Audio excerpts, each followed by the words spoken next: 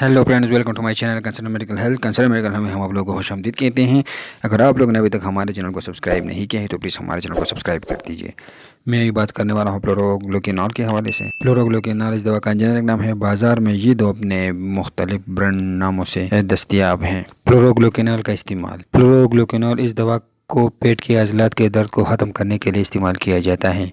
इस दवा को स्पाज़म की हालत ख़त्म करने के लिए इसकी इस्तेमाल की जाती है। हैज़ के दर्द के लिए इसका इस्तेमाल की जाती है। यूरिन ट्रैक इन्फेक्शन में इसका इस्तेमाल की जाती है। पेट के अंदर जितने भी स्मूथ मसल हो इनमें दर्द में इसका इस्तेमाल की जाती है, क्योंकि ये एक एंटीस्पेज़मेटिक मेडिसिन है। इसके कुछ बदअसरात है, साइड इफेक्ट है। इस दवा के चंद एक बदअसरात है जो कि दर्ज झेल हैं। जिससे मतली हो सकते हैं, क्या हो सकते हैं, इसकी वजह से सीने में जलन हो सकती है, आलूदगी चक्कर नींद आ सकती है। दीगर दवाइयों से इसका ताल्लुक एटेनोलोल, डाइजोक्सिन, एंटी डिप्रेशन दवाइयों के साथ इसके बरसात में इजाफा हो जाता है। कंट्राइंडिकेशन इन लोगों में बिल्कुल इस्तेमाल ना करें।